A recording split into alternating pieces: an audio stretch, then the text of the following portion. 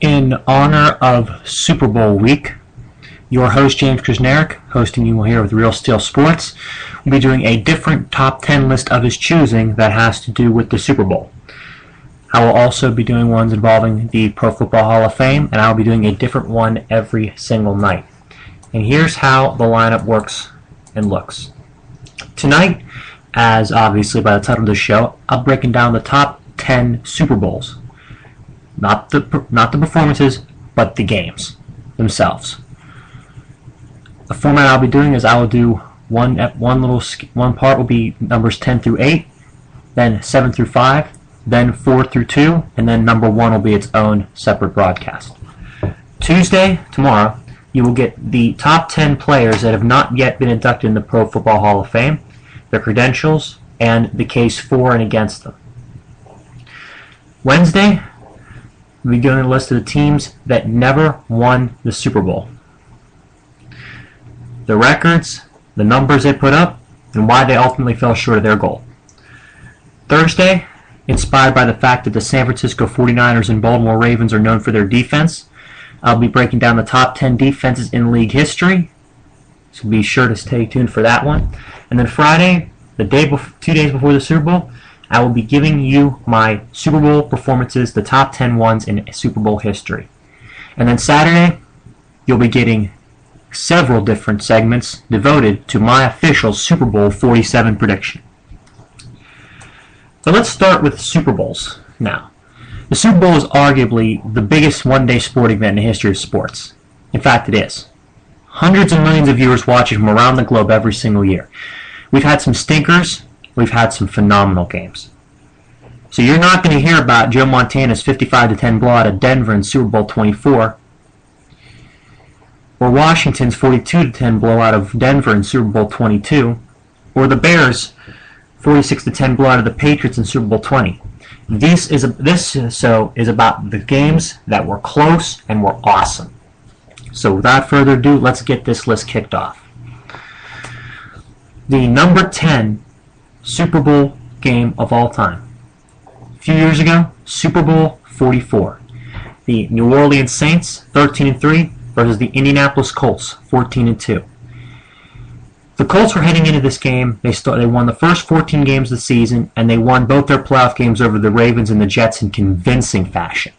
Peyton Manning was the league MVP, had arguably one of his best seasons, leading several come-from-behind victories, and his ability and the way he played that season overcame many shortcomings that team had, both on defense and on offense, particularly in terms of running the football. The Saints, on the other hand, were once a forgotten franchise. But 2006, they reached the NFC title game falling to the Bears. And now, 2009, 3 years later, a 13-3 record and 2 victories in the playoffs over the Cardinals and the Vikings had them one game away from claiming football's holy grail. The game started in Indianapolis' favor. New Orleans was misfiring a little bit offensively. A few drives stalled and resulted in punts, and the Colts took advantage. They drove down, scored a touchdown, and got a field goal. The touchdown was a pass from Peyton Manning to Pierre Garçon. Later on, the Saints would eventually drive down and nail a field goal. But midway through the second quarter, it was on a third down. Peyton Manning hit Pierre Garçon over the middle, and he dropped it. That drop changed momentum, because the way that the New Orleans Saints defense had lined up on that play, if Garçon catches it, he's crossing the middle of the field on a slant route, he would have been gone down the sideline for a touchdown. But the Saints eventually get a punt from the Colts, and later on they would drive it down and nail a field goal, so the end of the half would be 10-6. After halftime was when the game got interesting. The Saints and coach Sean Payton attempted an onside kick and recovered it. The Saints would drive down and get a touchdown, a 23-yard screen pass from quarterback Drew Brees to running back Pierre Thomas, and the Saints would take their first lead of the game at 13-10. Colts would drive down, get a touchdown run by Joseph Addai, but from then on it was all New Orleans. A field goal and then a touchdown to Jeremy Shockey from Brees, followed by a completion from Brees to Lance Moore for the 2 points, put the Saints up 24-17 with less than 6 minutes to play. And then Peyton Manning tried to drive the team down the field to tie the Saints, but once they hit the 30 of the New Orleans Saints, they went no further.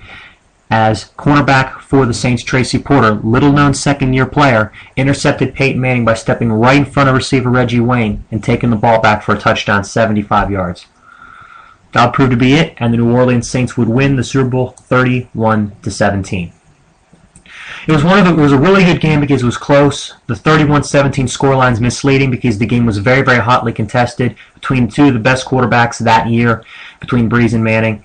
But ultimately, I predicted the Saints would win this game, and I was correct. I was one of the few that did. But the late pick six is what doomed the Colts. And the inconsistent play, particularly with the receivers and catching the football, because they had several drops in this game. Number 9 on the list is the Super Bowl, another one that involved the Colts, that changed the entire complexion of NFL history. And that would be Super Bowl III, as the New York Jets defeated the Baltimore Colts 16-7. This game really wasn't decided on Sunday. It was decided on Thursday. Because of the Miami Touchdown Club, Jets All-Pro quarterback Joe Namath boldly guaranteed that his team would win the Super Bowl. He named 5 players in the American Football League at the time who were better quarterbacks than the MVP of the National Football League, Earl Morrall of the Colts, including himself. Namath stood by his remark, believing they would win the game. He said, and I quote, "We're going to win the game, I guarantee it." And 3 days later, he came through on his promise.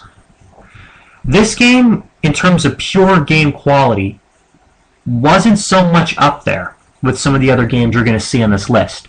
But the reason why it makes the list is the impact that it had, the fact that, it changed the whole complexion of the NFL forever. And also have to understand that Joe Namath came through in his word, and the Jets held down the best team in the National Football League. They held out a team that scored 402 points in the regular season for an average of like 28 per game to a measly touchdown late in the game. The Jets had the game in hand. 3 field goals and a touchdown run by running back Matt Snell put the game pretty much out of reach by the start of the fourth quarter. But when John Unitas, the man who I consider the greatest quarterback of all time, entered the game, he was a backup, had an injured elbow that really sidelined him for much of that year, which is why Morrall stepped in and won the MVP. But they would drive down the field and score a touchdown, but they would do no more damage. The Jets would end up holding the Colts to no more points after that, and Joe Namath would go 17-28 for 203 yards and no touchdowns but no picks to win the game. See, Joe Namath absolutely deserves to be the reason why this team won the game. I mean, you can say the defense played well. You can say that the running backs played well and the offensive line. But I give props to Joe Namath because in his career, he was notorious for throwing the football 45 times a game. Because he didn't want to run it, and he more or less wanted to win his way. I don't have a problem with that. He's a gunslinger. He's a hell of a gunslinger. But in this game, he completely took his huge ego out of the picture for his team to win. And that is the sign of a true champion right there, for him to do that and have the courtesy to do that. Because I don't think in any other game in the history of the NFL that Joe Namath would have played in would he have done that. He didn't. And in the one game he had to, he put his ego aside and did what he had to do.